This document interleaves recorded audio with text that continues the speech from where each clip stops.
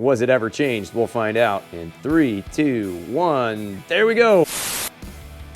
Hey guys and gals, welcome to Garage Gear. I'm JB. The best thing you can do to maintain your snowblower engine year after year is change the oil. Now I am working on a Craftsman here with a 179cc engine, but just so we're clear, these procedures will work for most two-stage snowblowers. Let's dive right in here. You'll want to begin by starting the snowblower up and running it for approximately 5 minutes. This will warm up the oil inside the engine and allow it to flow out faster. Once it's warmed up, shut down the machine and move it onto a safe level working surface. For added safety, we're going to remove the startup key, and you could also remove the spark plug. Next, look toward the rear of the snowblower for a drain spout at the bottom of the engine. On some models, you may find that the drain spout actually sticks out the side right over a tire. Now, if you do have a drain spout that sticks out the side over a tire, what you could use is something like one of these Forma-funnels. What you could do is simply take this Forma-funnel, fold it, wedge it underneath the drain spout, and drain your oil right into a pan on the ground. I'll leave this Forma-funnel link down below in the description. As for this oil change, we're actually going to use this Forma-funnel here too, because this oil spout does not stick out far enough beyond the transmission housing. That would make for a big mess, so we'll just wedge it underneath.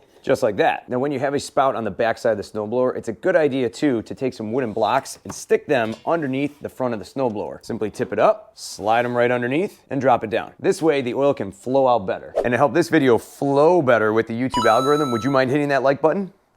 Thank you very much. From here, we're gonna need some tools. I have a 10mm socket on the end. We're gonna stick it on our drain plug and loosen it up. I'm interested to see what this oil looks like because this was a used snowblower, and was it ever changed? We'll find out in 3, 2, 1. There we go. Oh, that's dark. I don't think this oil's ever been changed. At least it had oil in it. So while we're waiting for that oil to drain out back on the snowblower, what I have here is the drain plug. And in order to prevent this from sticking inside the drain tube, we're gonna coat it with some anti-seize. We're gonna mix this up really good, and you only need just a tiny bit, thin winds here. Just enough to coat the threads, and that's it. That's all we're gonna need. That'll prevent the drain plug from sticking inside that drain tube. That'll save a ton of headaches later on. Now, usually I like to wait until there's about a couple of seconds between the remaining drops. Then I'll go ahead and put the plug back in. Now from here, what I'm gonna do is take out my blocks and level out my snowblower. I'm going to remove my Forma-funnel and give it a quick wipe down. And then from here, I'm going to wipe the drain spout really good. Then from here, I'm going to twist in my drain plug. Good. And then I'm going to take my ratchet here and tighten it down. Just get it snug. Boom.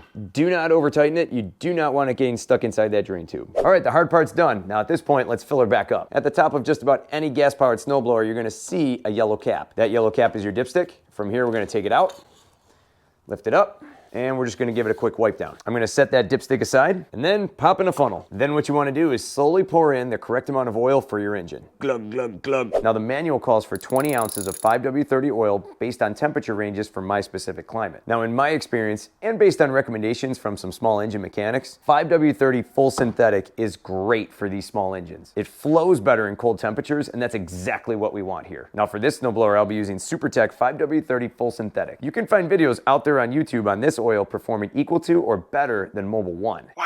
As far as I'm concerned, this oil is a wise choice for this snowblower. Now, if you're not sure exactly how much oil to put in, pour a little bit in at a time, and then frequently check it with your dipstick to see where your oil level is at. Now, according to the manual, it says to insert your dipstick, but to not fully twist it all the way in. You're just gonna rest it on the top of the threads, and then take it out and see where your oil level is at. You can see now that the oil falls directly in the middle between the high and the low mark on this dipstick. We are now good to go. From here, be sure to screw your dipstick all the way back in. We're gonna reinstall our startup key, and be sure to reconnect your spark plug if you disconnected it. At this point, I typically wait a few minutes for the oil to settle and make its way down into the engine before I start it back up again. This oil change is now all set. Now here's a couple things to keep in mind. Be sure to consult your owner's manual for instructions specific to your model. And if this is the first oil change for your Craftsman snowblower, it's recommended to change the oil at the 5-hour mark first, and then change the oil every 50 hours from thereafter. And if you're not quite at that 50-hour mark, it's recommended to change the oil at least once a season. If you are using the snowblower a lot throughout the season, then it's recommended to change it a bit more often. Be sure to recycle your used oil wherever possible. And in most cases, if a place sells oil, they have to recycle it too. But this could vary by location. And you might want to lean in for this one. Remember, oil is cheap,